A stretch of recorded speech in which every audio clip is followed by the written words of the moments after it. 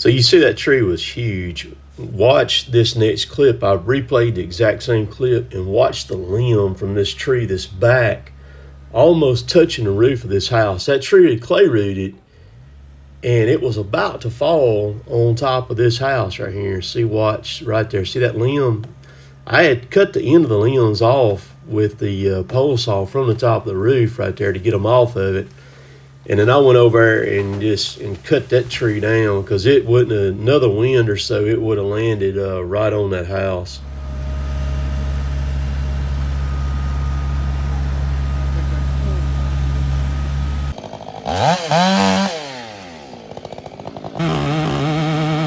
Well, this was on Tuesday. The storm hit on Thursday, Friday morning. And this tree had been across this main road in the town since then, so it was on Tuesday. I needed to get in. You could come in from another way to get in there, but I couldn't get in there with my machine on my trailer because the other trees, the canopy on them so low. A lot of these streets, man, some of the trees need to be trimmed back. And so I said, I'm going up there. I'll just go ahead and cut this tree up. It had been laying there that many days, just a monster post oak.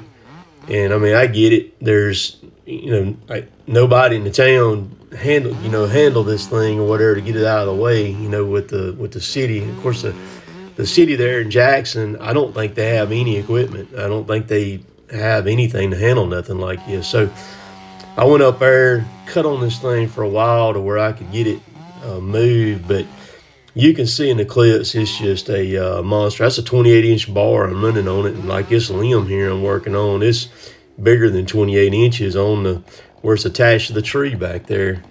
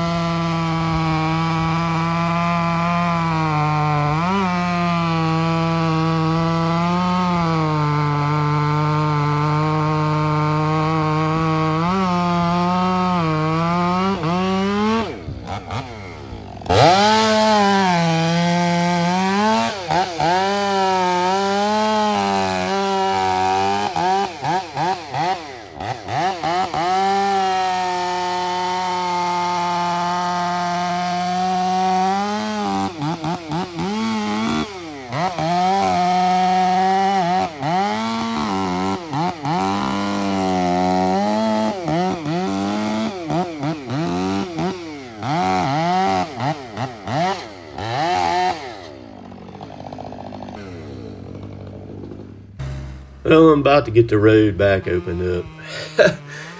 This poor RAV4, it got crushed. That tree went right across the top of it and just smashed it into the ground there. So I got this pine off of it, but the damage was just crazy everywhere. You know, up in North Carolina, they're still finding bodies up there. There's bodies that they'll never find up there that are buried under everything in the silt. And you know, it just goes to show that the power of Mother Nature, what it's capable of doing. I mean, look at this tree right here that I'm cutting on. When I get back to cut where the stump is, look how far it shoved that tree into the ground. And this is a lot of sand in this area, so it takes a lot of force to bury something through that sand with that kind of power. But man is no match for Mother Nature. When she gets ready to roll, she's going to do it. It doesn't matter what's in her way, and gonna take out stuff. But I guess the biggest thing in this whole deal is try to be, you know, prepared for different things. You know, at least have some supplies, you know, for at least to get by for a few days and to make it. I seen, you know, even like the town here where I was in, Jackson, you know, it's only probably, by the way the crow flies, by driving, it's about 100 miles down to Savannah, and that's on the coastline down there when you get down there. By a straight line, it's probably only about 70 miles, I guess. And the streets, I mean, like I said, I opened up several streets while I was there. Look, see how this tree's buried into that sand right there? But just a crazy amount of damage. Everywhere you went, it was like this. The storm did not discriminate, just put it that way. It didn't matter who you was. If you were in the line of it, it was going to get some stuff. But anyhow, hope y'all enjoyed watching. We'll catch y'all later. Later, taters.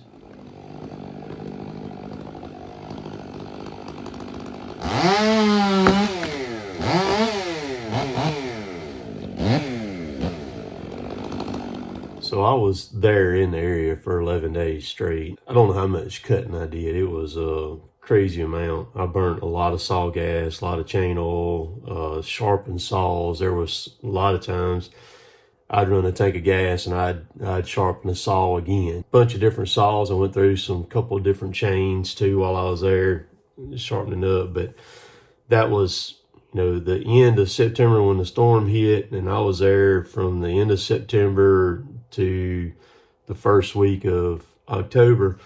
I went back kind of in the area at the end of October to the roto chopper event over there and went to it, and I kind of looped off and went into some of the neighborhoods where Rook and I had worked at just to kind of see if anything had been picked up, you know, because we got some other stuff going, may end up going back over there this winter.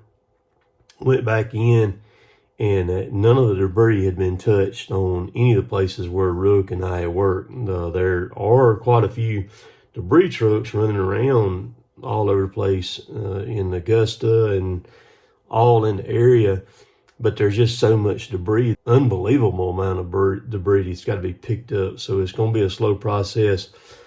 I would imagine by, you know, October, November of 25, they still going to be picking up debris over there. It's just that much. The area completely changed the entire landscape of everything over there. Wherever that storm went up through, this path up through there, it wrecked everything and just completely changed the landscape just like that.